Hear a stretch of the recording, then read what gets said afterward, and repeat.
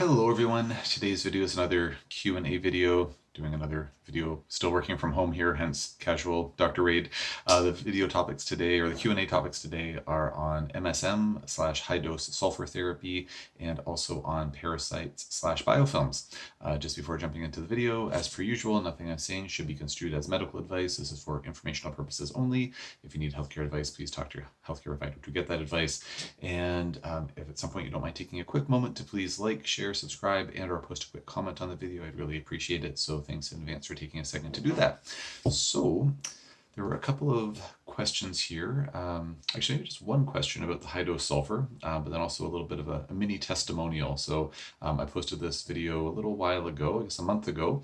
It's called Cracking an Impossible Case with High Dose Sulfur, where I talk about cracking an impossible case with high dose sulfur. So great video. Check it out if you didn't watch it, if you're so inclined. So just maybe the quick little, I don't know, comment that was here. It wasn't a question, but it just says, I have a very similar story. Once I started focusing on what I decided was the root cause of my problems, chronic infection, I started to see progress after 13 years. MSM is part of my protocol, and there are studies showing its effectiveness against Staphylococcus. I use other treatments as well, but MSM is truly wonderful. Thanks for this information. So thanks for commenting there. I read all the comments that people post on my videos. I don't always comment on them again because there's just a lot and only so many hours in the day, but thank you for sharing that, and I'm really glad to hear about positive outcomes with MSM. 13 years is a really long time, so really glad that you found some solutions to your health challenges. Let's see here. So the question here though is, do we know why this works when other therapies fail? So it's a really great question, and I've thought about this long and hard, because I always ask the question, why is this therapy helping? Why is this working? And my best guess, my best kind of hypothesis in terms of why MSM was able to crack this case where we did really everything else, treated for SIBO, LIBO, worked with different gut healing agents, different diets, etc., etc. Like, why did MSM crack the case? I think it's because sulfur deficiency is a really underappreciated nutrient deficiency in our society. And when we work with MSM, it is a 33% by weight sulfur-containing molecule. It's a very simple little molecule. It's literally a sulfur atom, a methane group, which is a carbon with 3 hydrogens and 2 oxygens, and that's it. So that's what it is. So it's really not a very large molecule, and most of it is sulfur by weight. So I think it's correcting the sulfur deficiency, and I think that's all there is to it. So not a long, elaborate answer, but if we're low in sulfur, then we can't function properly. Our mucosa is not going to be able to heal properly. Our detoxification pathways are not going to work properly. Our mitochondria are not going to work properly. All the myriad things. I won't make this a whole sulfur video again. Please check out my other sulfur videos or my MSM videos to learn more about that if you're so inclined.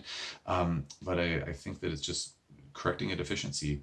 The analogy I use with my patients all the time is if somebody was really tired, and it was because they had an iron deficiency. So they're not able to make enough hemoglobin, therefore they can't transport enough oxygen to their cells. Without enough oxygen, the mitochondria don't work properly. Everything goes to heck in a handbasket. So if that person was really tired, and they've been going to see their doctor, and it's like, I tried thyroid medication, that didn't work. I tried B12 shots, that didn't work. I tried cortisol replacement therapy, that didn't work. I tried changing my diet, I tried exercising more, I tried all these things, and nothing worked until I took an iron supplement. Well, it's because you're anemic. You're low in iron. It's a fundamental building block of your physiology, and sulfur is too. So I think that my best hypothesis is that if we are low in sulfur, then we can't function properly, and I think that's why this worked when other therapies failed. So that's my working theory anyways. I'm always keeping my ear to the ground, always observing what I'm paying attention to what I'm observing in clinical practice, putting patterns together, and until I have a better theory, that's my prevailing theory. But if anybody has other thoughts about the topic, I'm very curious to hear about that. So thank you for the question.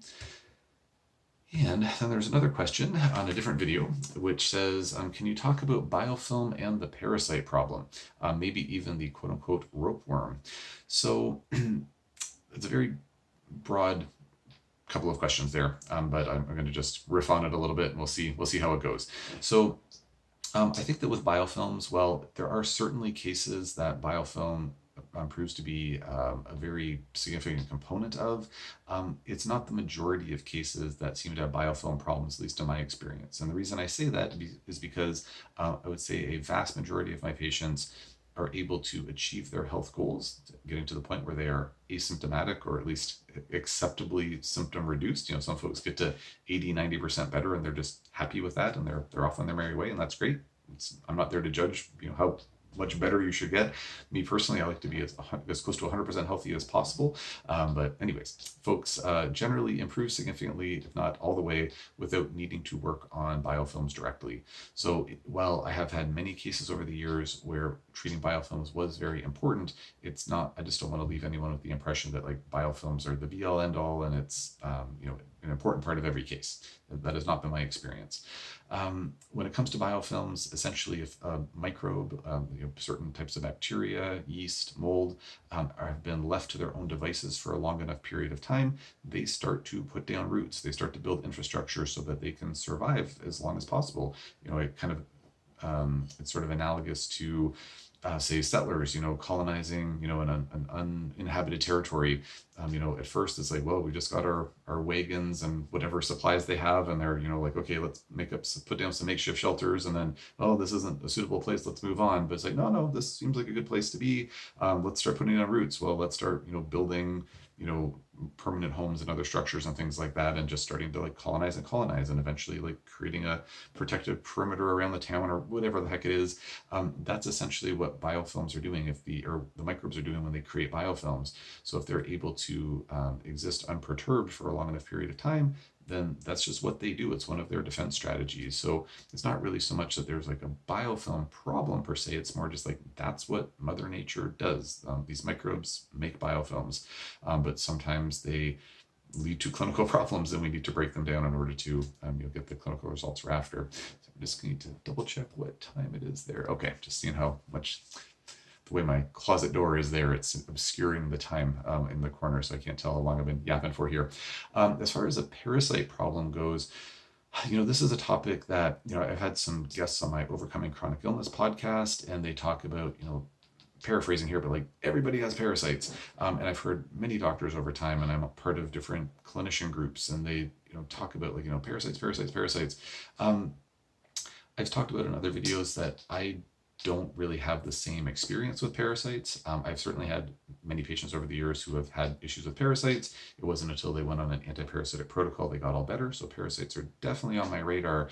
But in my experience where I live here in Nova Scotia, Canada, I treat patients from across Canada, in many US states. I have some patients overseas.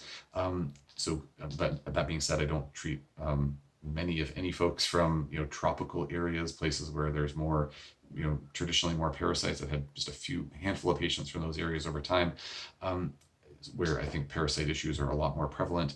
In my patient population, I don't really see parasites coming up left, right, and center. So it's something that's on my radar, but it's not something where I would necessarily say there's a big parasite problem. Now, again, there's different opinions out there. So I'm looking at my clock again here, different opinions on that, but I wouldn't personally say there's a parasite problem. That being said, when I have patients where I've kind of done everything and they're still not better, even if it's, I don't know if I've had a case yet where we've done everything and sulfur and they're still not better. So anyway, sulfur is higher on the list for me than going after parasites. But when I've had other patients in the past, especially before high dose sulfur came onto my radar, I would oftentimes say, well, if treating for SIBO, LIBO, yeast, and things like that didn't work or didn't fully resolve things, changing diet, etc., didn't resolve things, we would oftentimes do a parasite protocol. And sometimes it knocks it out of the park, and many times it didn't. I would say in those cases, it maybe had like a 25 to 30% success rate. So I again, don't really feel like there's a big parasite problem, at least within my patient population, but that's just based on my clinical experience to date. As far as ropeworm goes, that seems to be a debated topic, and I don't know enough about it to have a really a high level conversation around it. But to my understanding, it's sort of debated as to whether ropeworms exist, and I'm not sure if they do or not. So I will leave it there for now. Any other questions, just post in the comment section below. I'll do my best to get to them as soon as I can.